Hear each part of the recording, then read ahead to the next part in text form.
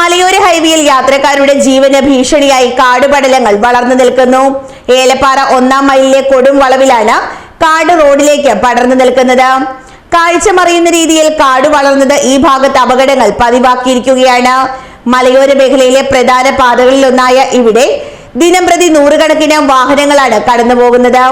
എന്നാൽ 1-ാം മൈലിലെ കുത്തനെയുള്ള വളവിൽ റോഡിന്റെ വശങ്ങളിൽ കാട് പടർന്നു നിൽക്കുന്നതിനാൽ എതിർദിശയിൽ നിന്നും വരുന്ന വാഹനങ്ങൾ കാണാൻ കഴിയാത്ത അവസ്ഥയാണ്. വളവ് തിരിയുന്നതിനിടെ വാഹനങ്ങൾ പെട്ടെന്ന് മുന്നിൽ പെടുന്നത് വലിയ അപകടങ്ങൾക്കും ഗതാഗത കുരുക്കിനും കാരണമാകുന്നു. കഴിഞ്ഞ കുറച്ച് ദിവസങ്ങൾക്കിടെ ഇവിടെ ചെറുതും വലുതുമായ നിരവധി അപകടങ്ങൾ നടന്നതായി നാട്ടുകാർ പറയുന്നു. നമ്മൾ ഈ കാണുന്നത് ഏലപ്പാറയ്ക്ക് താഴെ ഉള്ള 1-ാം മൈൽ എന്ന് പറഞ്ഞ സ്ഥലമാണ്. ഇവിടെ നിരന്തരമായി വാഹനം ഈ കൊടും വളവിൽ അപകടം ഉണ്ടാകുകയും നിരന്തരമായ പ്രശ്നങ്ങൾക്ക് കാരണമാകുന്ന ഒരു വളവാണ്. ഇതിന്റെ ഇരുവശങ്ങളിലും കാട് തിങ്ങി നിൽക്കുന്നതാണ് ഏറ്റവും അപകട സാധ്യത കൂടുതൽ ആകാനുള്ള കാരണം. ഇവിടെ രാത്രികാലങ്ങളിൽ വേസ്റ്റ് നിക്ഷേപിക്കാൻ മാത്രമാണ് സാമൂഹ്യ വിരുദ്ധർ ഇത് ഉപയോഗിക്കുന്നത്.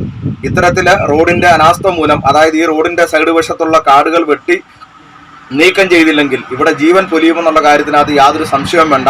ഇത് അധികൃതർ ഇത് വളരെ നല്ല ബോധത്തോടുകൂടി തന്നെ ഇത് പരിഗണിച്ച് ഈ റോഡിന്റെ ഇരുവശങ്ങളിലുള്ള കാട് പൂർണ്ണമായി നീക്കം ചെയ്തില്ലെങ്കിൽ മനുഷ്യജീവന് വില കൽപ്പിക്കാൻ പറ്റാത്ത രീതിയിലുള്ള ജീവൻ നഷ്ടമാകുമെന്നുള്ള കാര്യം ബോധ്യപ്പെടുത്തുകയാണ്.